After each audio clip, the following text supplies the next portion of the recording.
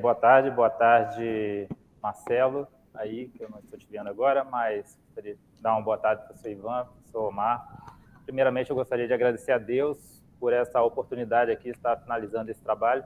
Gostaria de agradecer ao professor Omar por ter confiado em mim, que eu seria capaz de desenvolver esse trabalho.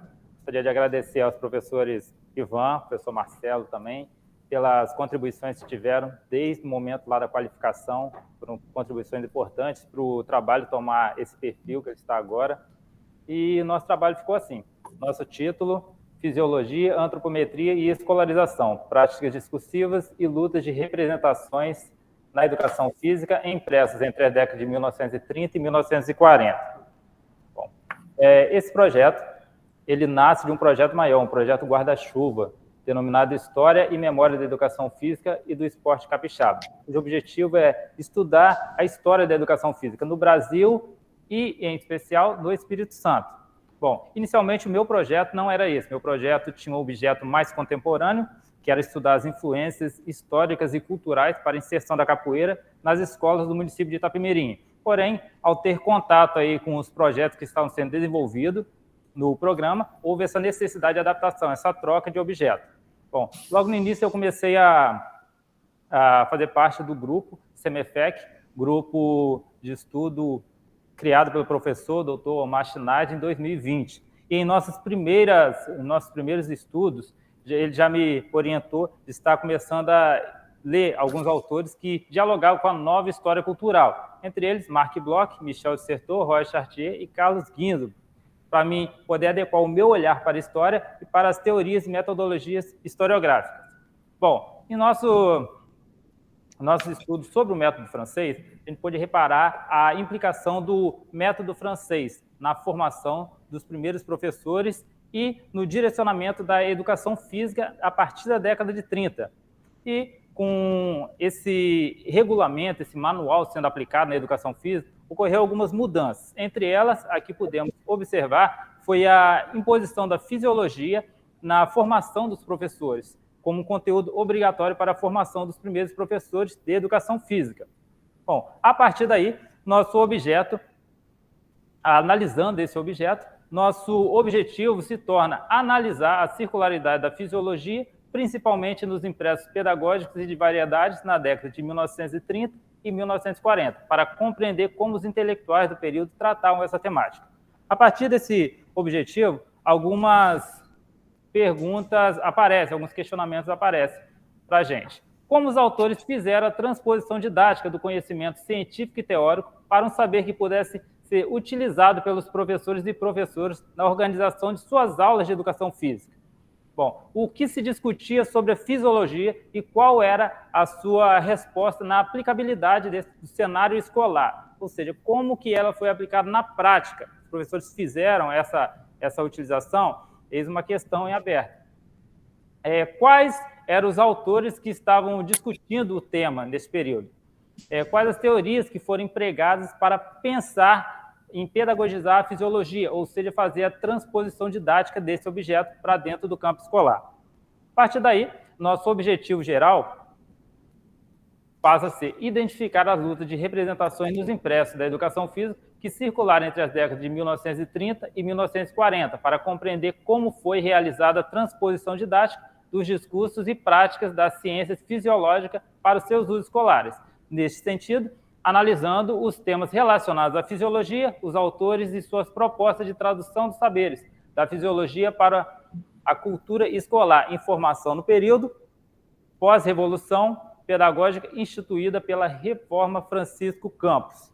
Bom, a partir da qualificação, a gente deu uma refinada aí no nosso objeto e começamos a utilizar dois objetivos específicos.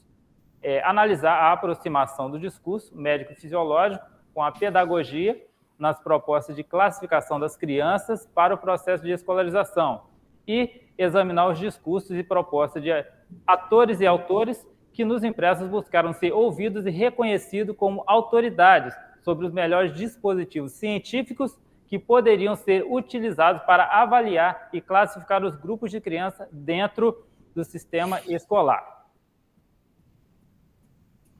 Bom, observando as lacunas encontradas no estado da arte, percebemos que ainda não há investigações sobre os conteúdos de ensino nas suas especificidades e sobre como ocorreu a transposição didática desses conteúdos, observando ser relevante a compreensão da fisiologia, uma vez, observamos, né, ser relevante a compreensão da fisiologia, uma vez que este conhecimento moveu as bases conceituais dos discursos proferidos durante o período, veiculado nos impressos na busca pela autoridade do campo. Então, quem conseguia dialogar com esse objeto tinha uma voz autorizada no período. Bom, mesmo sendo discutida desde a década de 30, ainda hoje a fisiologia é um discurso que move o campo da educação física, ou seja, nas discussões sobre emagrecimento, sobre saúde, sobre melhorias da capacidade física, é um discurso ainda bem atual. Para a produção dessa pesquisa historiográfica, recorremos às ideias de Bloch sobre documento e sobre a crítica documental. O autor nos informa que para produzir história, é necessário uma grande variedade de documentos e o emprego das técnicas necessárias. Bloch nos informa ainda que tudo que o homem escreve, tudo que ele fala, tudo que ele toca, informa sobre ele. Mas é preciso estar atento aos créditos atribuídos a certos relatos, pois nem todos são verídicos. Até os vestígios materiais podem ser falsificados. Utilizaremos também as ideias de Certeau sobre estratégia e tática para analisar a apropriação dos atores acerca dos objetos, acerca dos discursos. Segundo Certeau indica estratégia como a manipulação da relação de força que um grupo ou uma determinada pessoa que detém esse poder exerce sobre um campo ou sobre um terreno, né? E tática é o jogo dentro desse terreno. Utilizaremos também as ideias de Chartier sobre lutas de representações e sobre a não neutralidade do discurso. Para Chartier, sempre ocorre uma disputa por grupos, pelo poder e pela dominação do mundo social. E devemos estar atentos que as fontes não são neutras. Ginsburg, utilizaremos ele no seu conceito de paradigmas indiciários, onde ele nos informa se a verdade opaca as zonas privilegiadas, indícios e sinais que nos permite decifrá-las. Mesmo utilizando aí o regulamento número 7 e as revistas de educação física como fonte, é preciso entender que essas fontes são um espaço de politização, onde pessoas deixam registrado os seus interesses. Esses daí são lugares de convencimento através de um discurso de autoridade, um lugar de demonstração ou de ocultação de sentido. Ou seja, mesmo que essas fontes sejam fontes privilegiadas para a produção histórica, é necessário entender que elas não são neutras. A dissertação foi planejada e organizada em 3 capítulos, que se correlacionam e mantêm uma relação entre seus conteúdos. O primeiro capítulo foi desenvolvido como uma fundamentação base aí para os demais capítulos, que assume nessa proposta um formato de artigo. Nosso primeiro capítulo, construindo um problema de pesquisa. A educação física nas décadas de 1930 e 1940. Neste capítulo aí, buscamos, por meio de revisões bibliográficas, descrever pontos importantes que marcaram o contexto histórico, político e educacional durante as décadas de 1930 a 1940, e assim como o período que antecede. Analisamos 2 estudos, que é o estudo de Schneider, 2010, e Bermond, 2007, que nos ajudaram na compreensão dos discursos e do significado das práticas físicas e avaliativas em circulação neste momento de transição metodológica da educação física brasileira. Neste capítulo aí eu visava trazer assim, uma linha explicando cada ponto importante, mas isso daí ia requerer muito tempo. Mas não poderia deixar de apresentar as ideias que esses 2 autores trouxeram para o entendimento do nosso objeto. Schneider, ele demonstra as mudanças no contexto educacional, social e os objetivos almejados na implantação da nova metodologia para a educação física. Ele traz em seu trabalho teorias eugênicas sobre o branqueamento da população, que circulava ali no final do século XIX.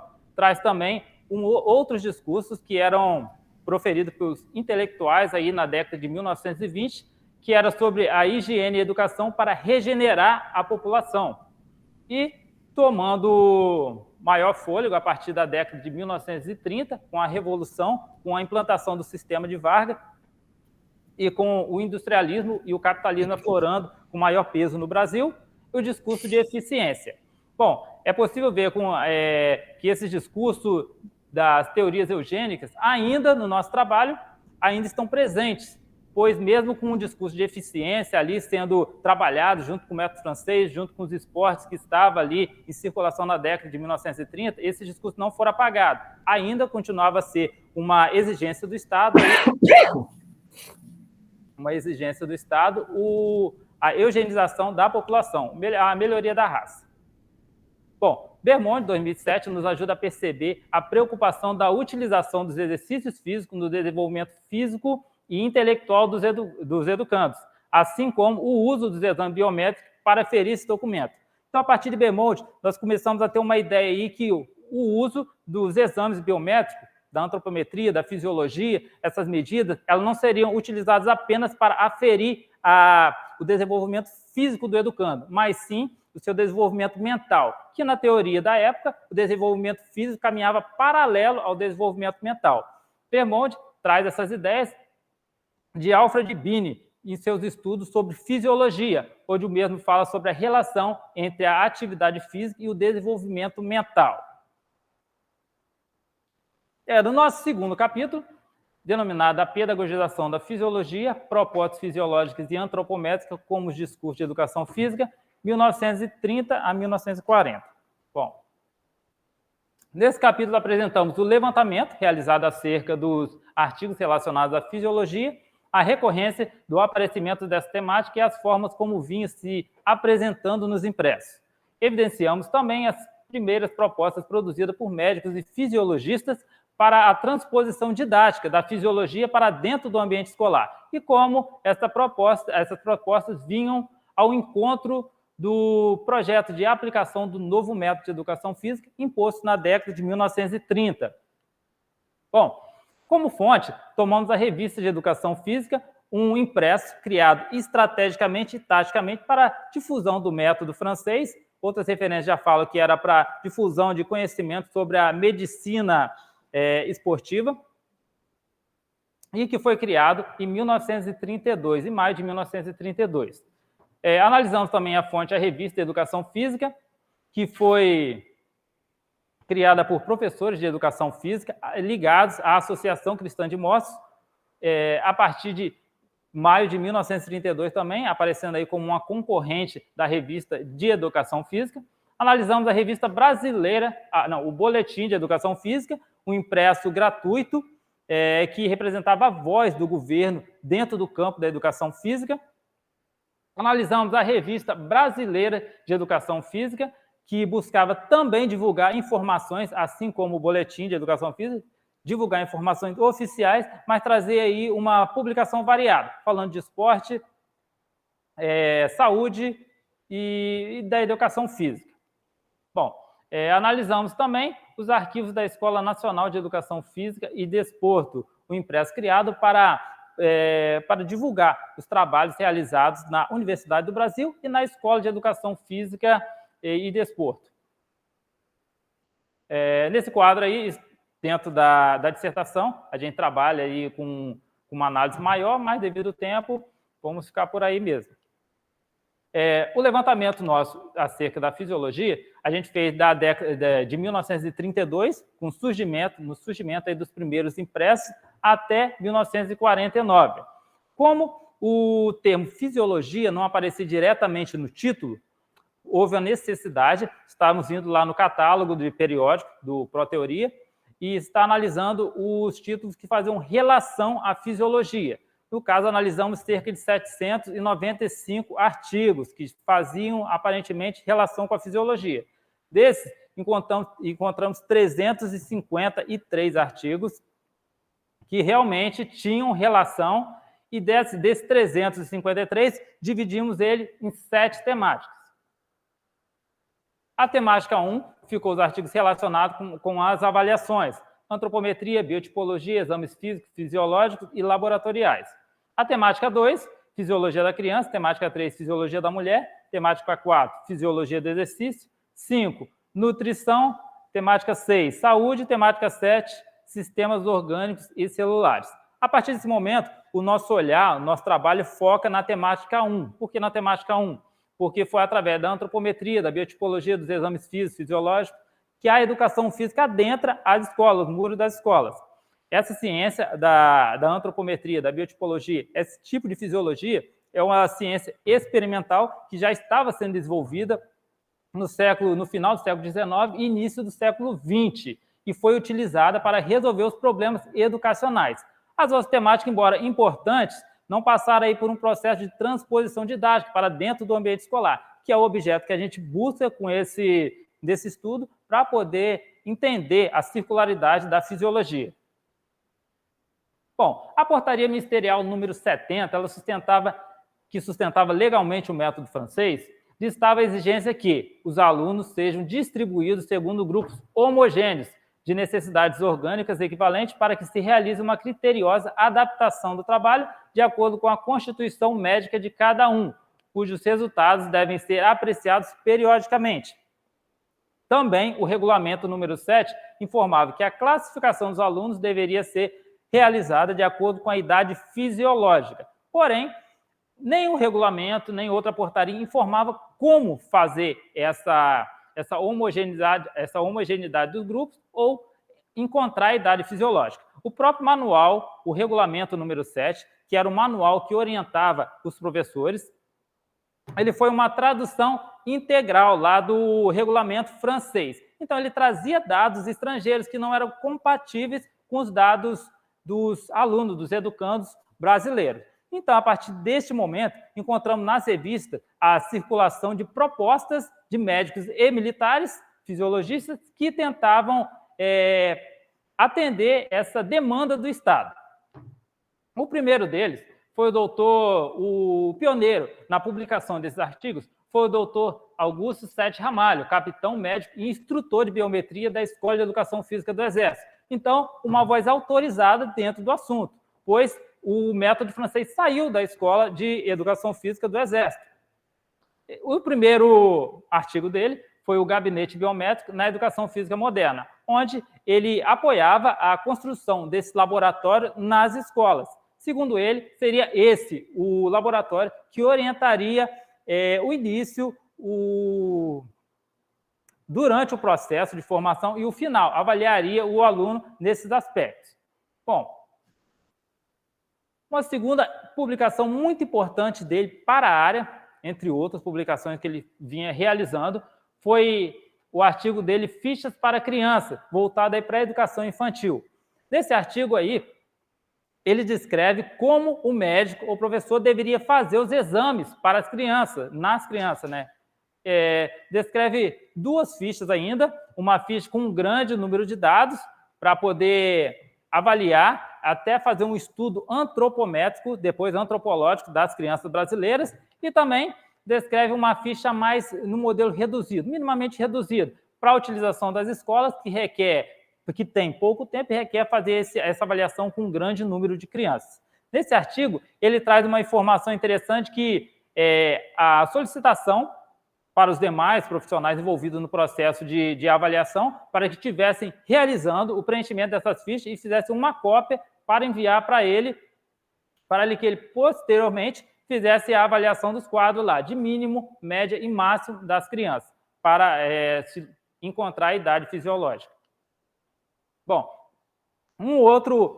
uma outra publicação interessante dele foi a determinação da idade fisiológica pelos dados antropométricos registrados graficamente, método brasileiro, na qual ele aponta que apenas com 4 dados antropométricos poderia se encontrar a idade fisiológica da criança. Entre os dados estão a altura, o peso, o perímetro torácico e a capacidade vital.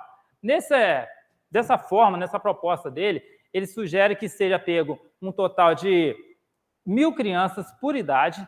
Dessas 1.000 crianças, avaliasse cada um desses dados e colocassem em uma escala de 0 a 10, do menor para o maior resultado. A escala do meio ali, que é o 5, seria a média padrão das crianças. Então, a criança que estivesse abaixo disso daí, tivesse constatada aí uma média abaixo desse resultado posteriormente, necessitaria aí de um acompanhamento especial para chegar naquela média. E as que estivessem acima não poderiam ser avançadas, pois o método francês também não permitiria que, se a criança estivesse acima da sua idade fisiológica, fosse avançado para uma idade maior. Paralelo a isso, vemos as contribuições aí do Dr. Floriano Peixoto Martins Stoffel, médico, assistente à educação física das escolas técnicas secundárias do Distrito Federal. No seu artigo aí, Controle Médico da Educação Física e suas relações com a biotipologia e endocrinologia, ele descreve aí como estava sendo realizado o trabalho do médico nas escolas técnicas do Distrito Federal. Dentro desse trabalho, ele dá um avanço, dá um passo a mais que o doutor Ramalho Sete, descrevendo que a educação física só poderia ter um viés científico se classificasse o aluno de acordo com 3 tipos, de acordo com o seu biotipo, que seria o normolíneo, o longilíneo e o brevilíneo. A partir dessa classificação tipológica do aluno, seria analisado 3 curvas de desenvolvimento. Aí sim poderia ter uma noção mais científica, um trabalho mais científico acerca do desenvolvimento de cada educando. Ele buscava com esse trabalho romper com o classicismo racial. Esse classicismo racial que classificava o sujeito de acordo com o grau de pigmentação da pele. Isso daí seria um estudo, já tinha sido provado que já estava ultrapassado, e com seu novo estudo aí, através do biotipo, ele já comprovava que esse biotipo tinha em todas as etnias. Então, seria mais um avanço. Bom, doutor Lauro Barroso Studas, capitão e médico auxiliar do Departamento da Escola de Educação Física do Exército, desenvolve um novo trabalho acerca dos índices biométricos femininos. No seu trabalho, ele consegue avaliar moças de 11 a 16 anos. Esse trabalho aí, aparentemente, para a época, foi um trabalho importante, pois é um dos primeiros trabalhos com um grande número de indivíduos. Conseguiu, com auxílio de outros profissionais, desenvolver um trabalho com mais de 3 mil moças, adolescentes moças. Ele conseguiu construir aí 2 tabelas. A primeira, a tabela mais extensa, com os dados, sendo o 0 a média, e até o máximo, que é o 10, dentro da escala aí do máximo, e do mínimo aí, que é o menos 10 na classificação. E conseguiu ainda estipular aí uma tabela menor, para o uso, que determina ali qual é a média, o que está na classe paranormal, o que está próximo da média, e a classe sigmática, aí, o que era ainda aceitável dentro daquela idade fisiológica desenvolvida. Bom, para essa tabela, ele utilizou altura, peso e o índice ponderal. Ele criou 3 tabelas dentro de cada um desses dados. Bom, posterior a isso, encontramos aí o artigo Biometria, Instruções para o Serviço Médico de Educação Física para os Estabelecimentos de Ensino.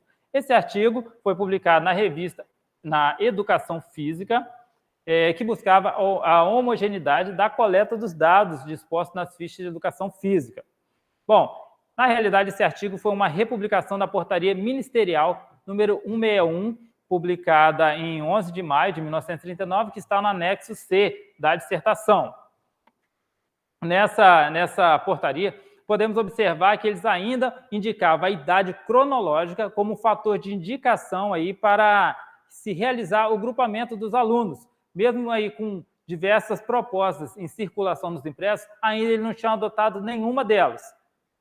Utilizavam fichas contendo os dados etnológicos, cor da pele, medida de nariz, medida de crânio, o que provava que mesmo com a aplicação de um método que visava uma relação fisiológica para a classificação dos alunos, ainda existia aí conceitos eugênicos para classificar e para avaliar os alunos.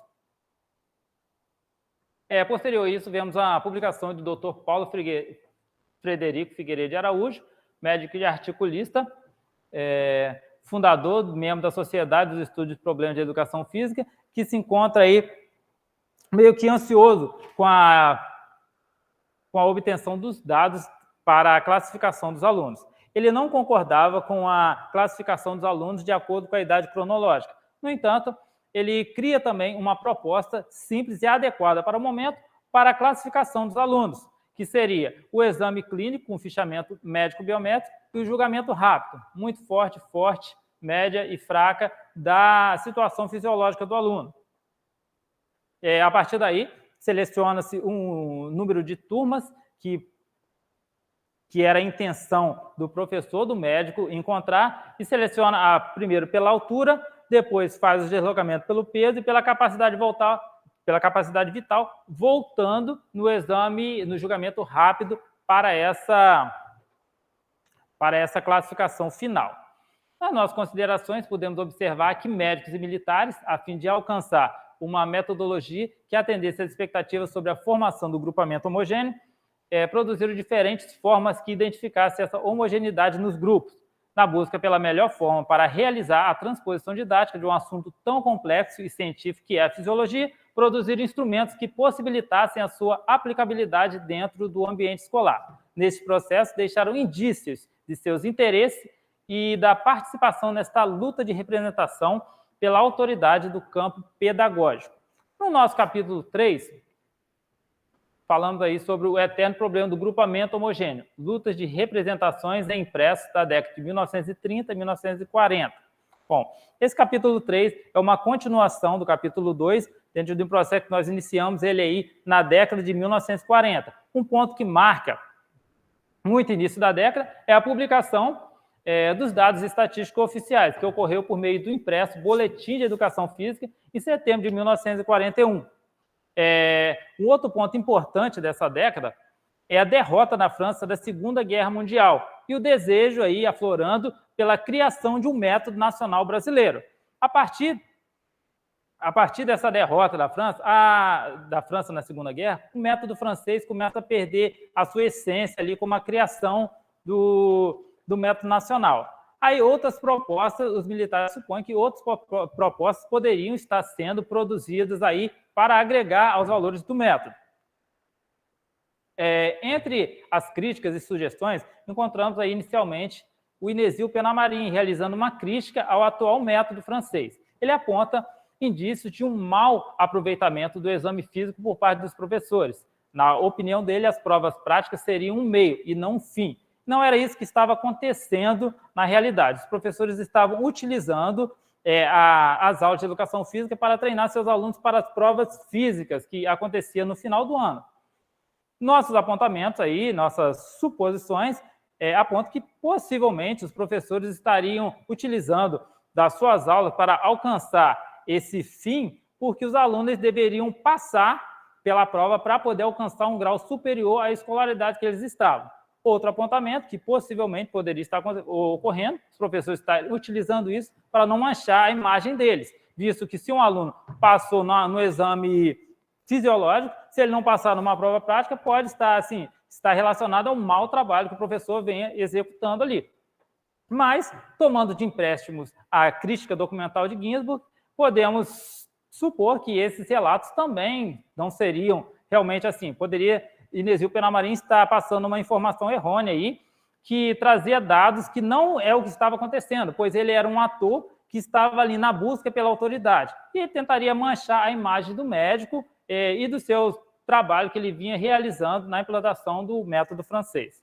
Bom, nesse trabalho, Inésil Penamarim expressa sua opinião de modo como realizar o grupamento homogêneo, utilizando taticamente os dados que haviam sido produzidos já pelas instruções lá do boletim anteriormente, os dados oficiais. Ele pega aqueles dados e organiza uma nova tabela para como realizar esse grupamento.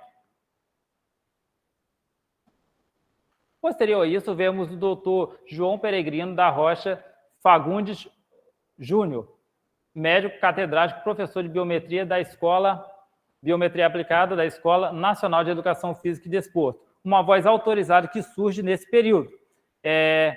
No artigo dele, denominado aí, intitulado Aspectos Modernos do Fichamento Biométrico para a Educação Física, ele critica as fichas que eram utilizadas tanto nas escolas de educação física, na Escola Nacional de Educação Física, como a que eram utilizadas para os alunos. Fala que essas fichas eram muito extensas e não condiziam com o real objetivo dela, pois nem todas estavam realmente assim preenchidas com todos os dados. No seu artigo produzido posteriormente a esse, ele sugere o sistema antropométrico de Engelbrecht como um novo modelo de ficha. Em um artigo posterior a esse,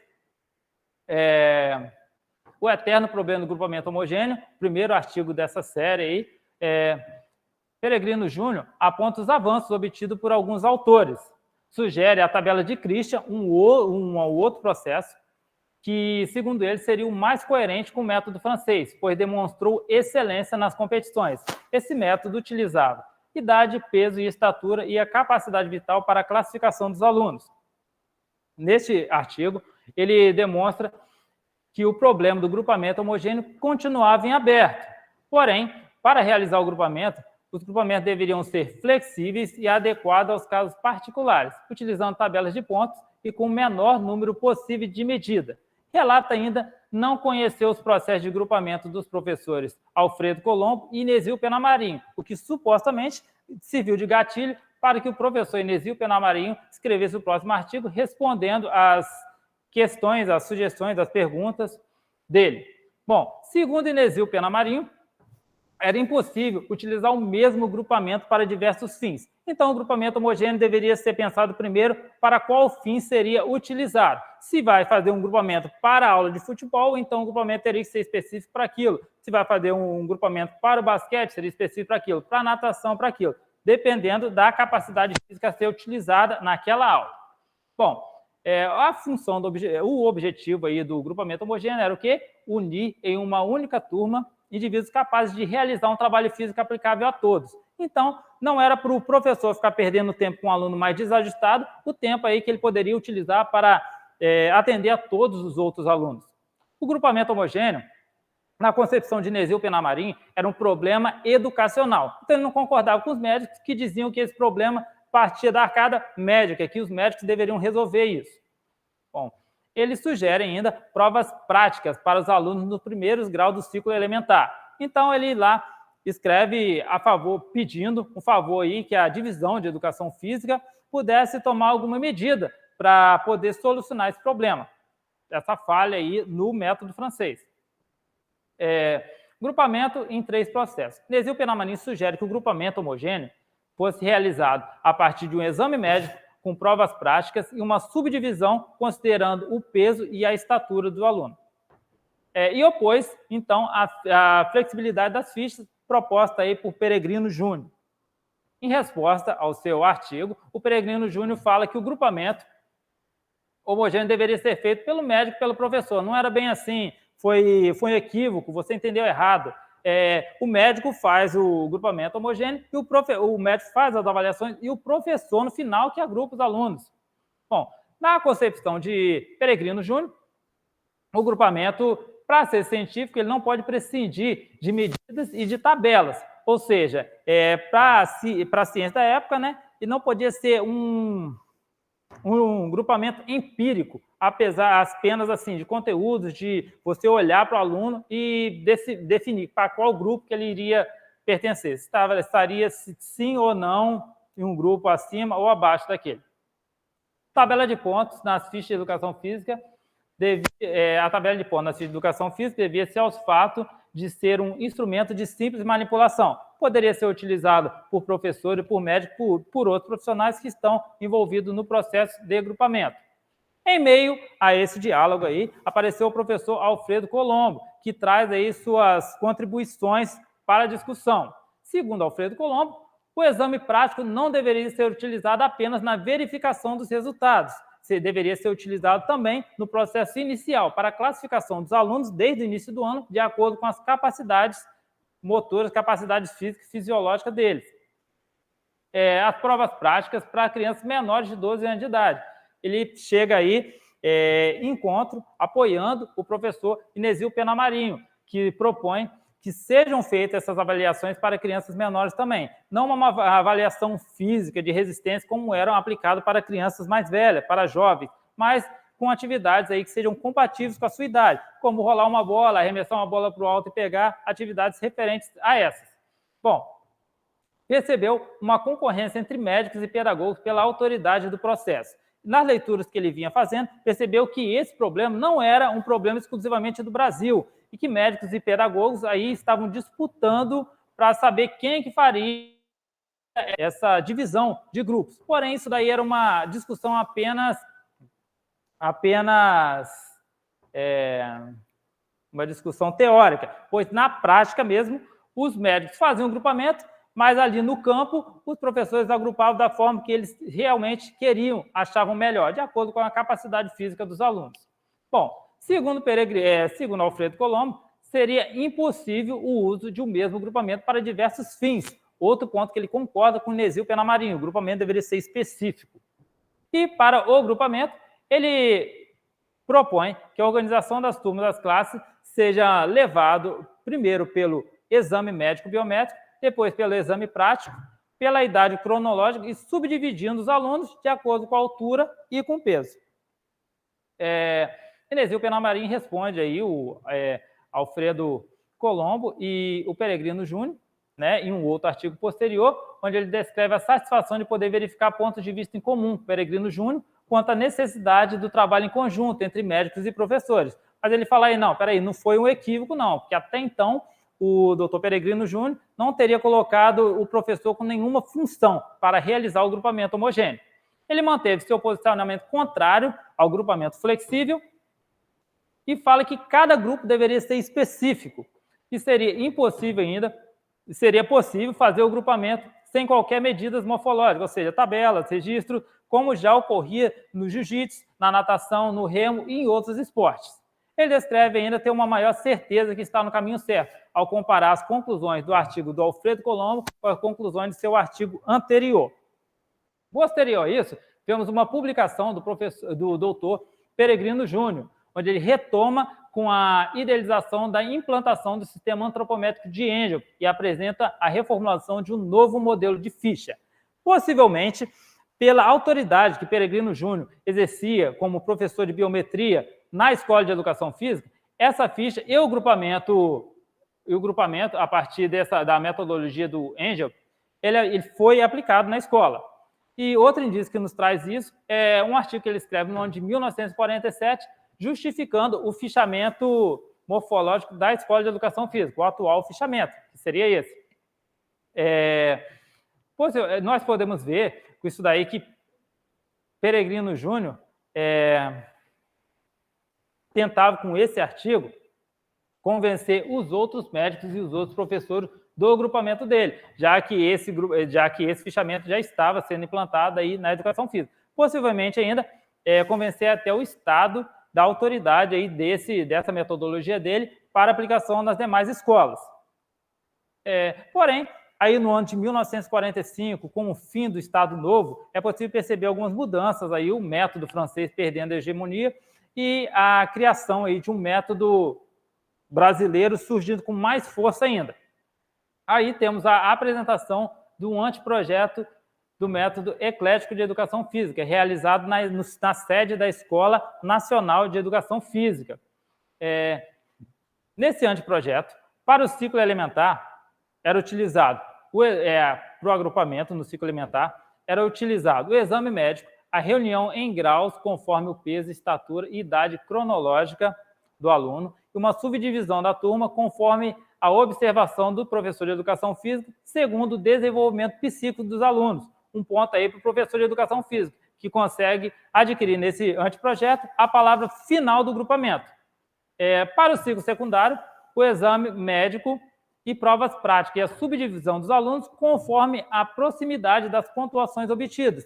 Outro ponto aí, desse anteprojeto, para os professores de educação física, que consegue classificar os alunos de acordo com sua habilidade física, sua capacidade física, pela aproximação dos pontos. Em nossas considerações, a imprensa periódica nos fornece indícios da ocorrência de discursos que resistiram à adoção do método francês, se posicionando em desacordo com os métodos de classificação apontados por médicos e fisiologistas, que utilizavam conceitos antropométricos e biotipológicos para a realização dos grupamentos homogêneos.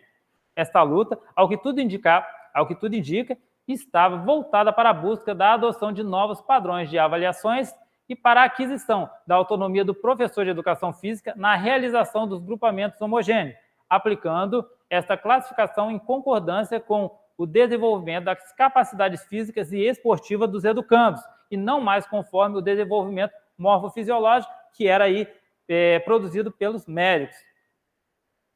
Conclusões: é possível observarmos que, por meio da imprensa periódica, que na tentativa de promover ideias que atendessem às exigências fisiológicas para o trabalho com um novo método e que solucionasse o problema da melhoria das condições físicas do homem brasileiro, médicos, fisiologistas e demais pesquisadores surgiram durante o período, dando voz a discursos e a práticas avaliativas que poderiam ser empregados no campo pedagógico. Neste processo, foi necessário uma transposição didática, uma vez que a linguagem e as práticas da fisiologia e da antropometria deveriam ser pensadas para o ambiente da escolarização. Os especialistas nos deixam indícios sobre as incessantes lutas pela autoridade e pela representação dos discursos, elaborando formas para fazer a classificação dos alunos, encontrar as regularidades dos elementos antropométricos e fisiológicos, mensurados nos exames biométricos, estipulando o padrão a ser alcançado nas aulas de educação física. Este padrão que indicava o nível de normalidade do sujeito, uma normalidade física que, aos olhos da ciência, estaria ligada a uma normalidade intelectual e moral. Ao finalizar essa etapa, intenciono dar continuidade ao estudo, objetivando uma análise mais aprofundada, buscando fontes, principalmente aquelas geradas a partir do nascimento das primeiras escolas de educação física da região sudeste do Brasil, que poderão nos informar sobre as apropriações desse modelo em circulação nos impressos, na formação dos professores e professoras de educação física. E obrigado.